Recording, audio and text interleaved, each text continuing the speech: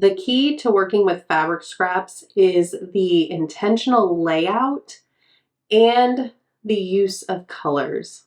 We're going to make this block together, and the layout and the color choices are so important for the final layout of the quilt. I sorted all of my colors that I'm using out into stacks on trays to make it much easier to bring each block together as I worked.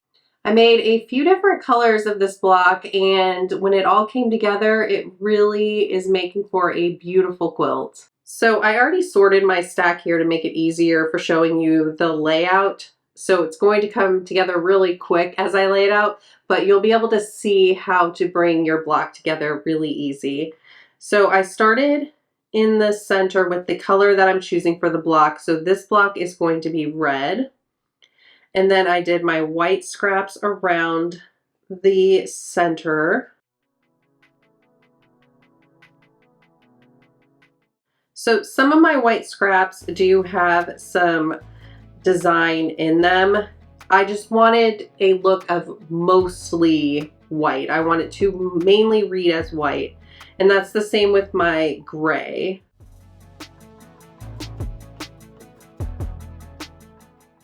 And something to keep in mind too is that you can use either side of a lot of your scraps and get a different look. So if this is reading too dark gray, you could always switch it and see how the other side looks. Same with really any of them. Ooh, I don't want to put those two right together. Oh, I have one there too.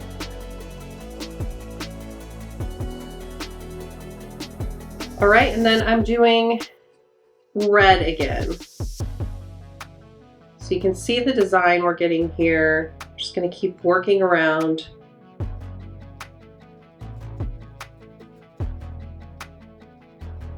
And then black. So these are a bunch of different black scrap fabrics that I found.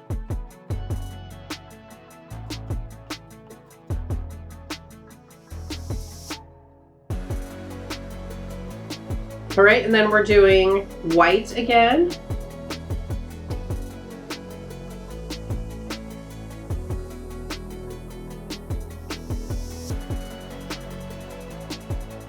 Now we're doing red.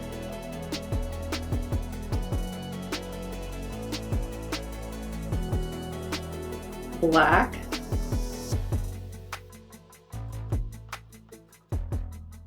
And then I chose for my corners to always be the same fabrics on opposite sides to help unify the whole look of the quilt. So this is the layout, and it is absolutely a fun block to make and to sew. The layout is so easy. You could use any colors you wanted, and these are 2-inch squares, but you could make it with larger squares and just have a bigger block if you wanted to. You could do smaller squares and do a smaller block, whatever you wanted to do. With the 2-inch squares, you'll have about a 14-inch block. When I sew this block together, I like to sew it together in a net so I can make sure the placement stays together and I don't mix things up, because that is what works for me. But you could sew the rows together in any way you like. Just maintain the layout of the block. So like I said, for me, I like to sew it into a net. So I'll take the first 2 squares in the first row, place them right sides together, and I'm going to sew a 1/4-inch seam.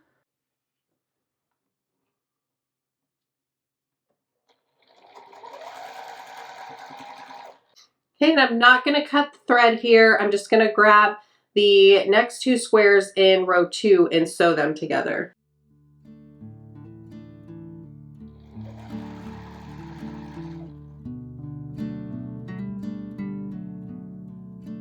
And I have the next 2 squares in the 3rd row.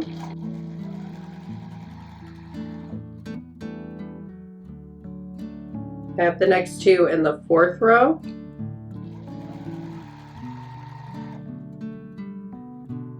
These are the next 2 in the 5th row.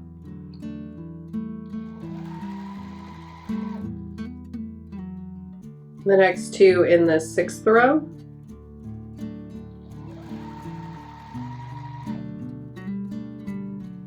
Next two in the 7th row.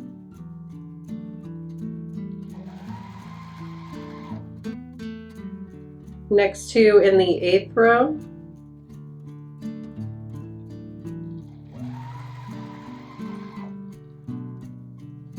And then we have the two from row 9.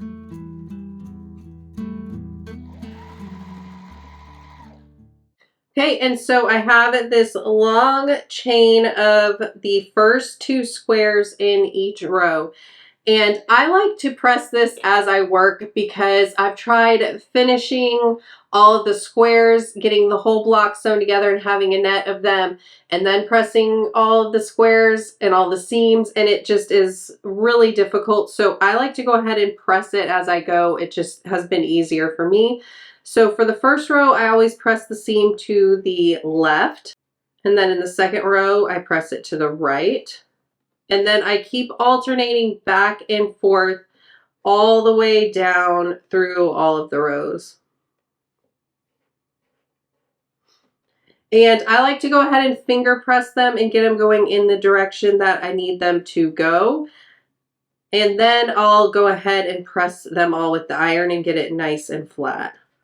All right, so those seams are nice and flat. And so now we're going to add on the next square in each row. So they're all lined up here, and they're just going to go on in order.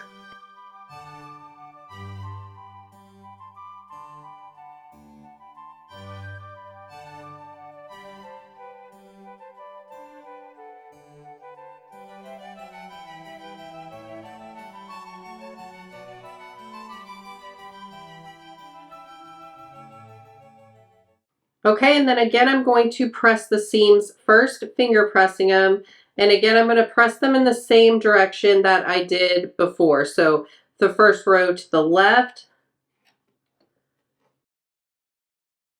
the second row to the right, and then I'm just going to alternate following the direction I had them pressed previously.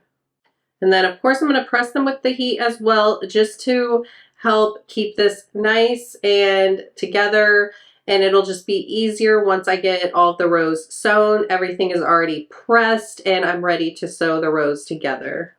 All my seams are pressed, so we're going to just add on the 4th row of squares in order. We want to be very careful that we're putting them together correctly. We spent all this time laying out this block, being very intentional with our color placement. So we want to make sure we put it on in the correct order, because this block is going to come together beautifully alone, but when we add it to a quilt top with a bunch of these blocks, you're really going to see how the placement brings all of these different designs together to create this amazing quilt top using these tiny little pieces of fabric. It's so beautiful, so fun.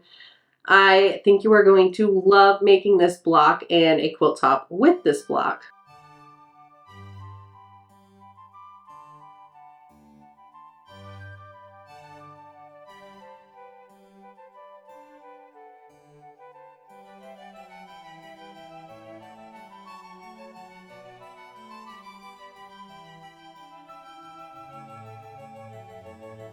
Now we are going to press the seams following the same direction that the previous ones have been pressed.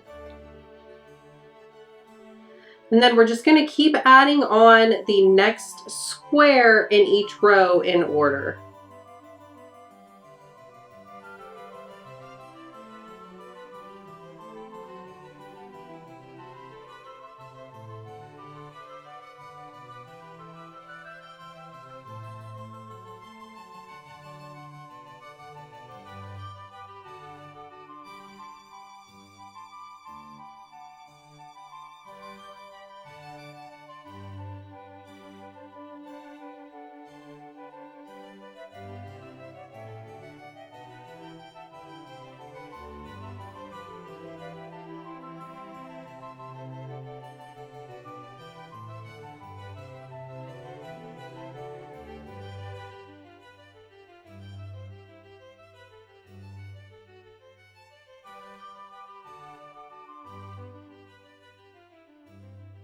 I just love sewing blocks together this way.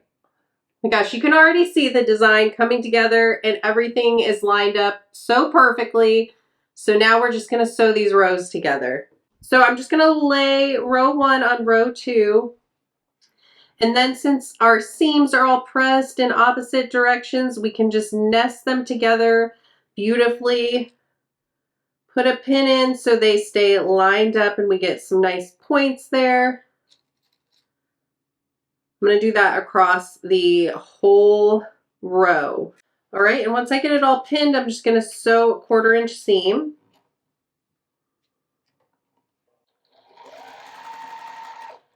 Don't run over your pins, pull them out before you get to them.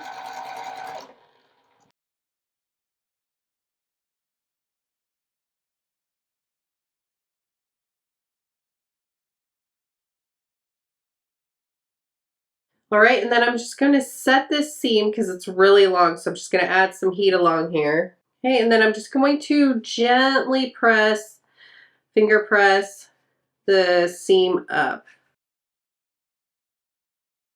See, we got some nice points through here. Sometimes they'll be a little bit off. That's okay. If it bothers you, you can pull some stitches out and try to finagle it into place to have a nicer point, or you can just, you know, if it's close-ish, that's good enough too. All right, there we go. Look at that. It's all coming together, so we're just going to keep doing that with all of the rows here. Line up the seams, put some pins in. Hey, if you don't like pinning, don't pin. Keep it the way you like to do things and have fun with it. I take the time to put some pins in here. Sometimes I don't take the time to pin. Sometimes I take the time to pin. On this one, I felt like I was in the mood to take the time to pin along all these seams, and I'm really loving the results. But if you want to put 1 or 2 pins in, do that. If you want to not pin at all and just line it up and hope for the best, I hear ya. I do that sometimes too.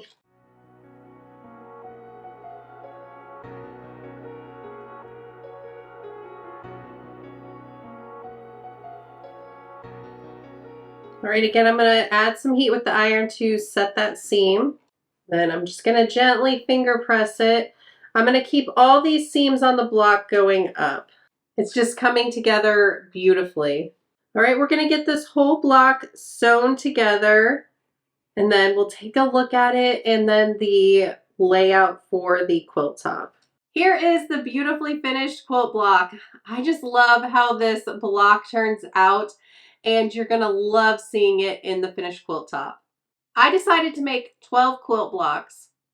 I laid them all out in a layout I liked. Since I have a lot of colors that I used for the blocks, I played around with the layout a bit just to make sure it was nice and balanced. For your quilt, you may want to use just one color that you really like or 2 colors. It's up to you to customize it the way you would like and what fits your taste.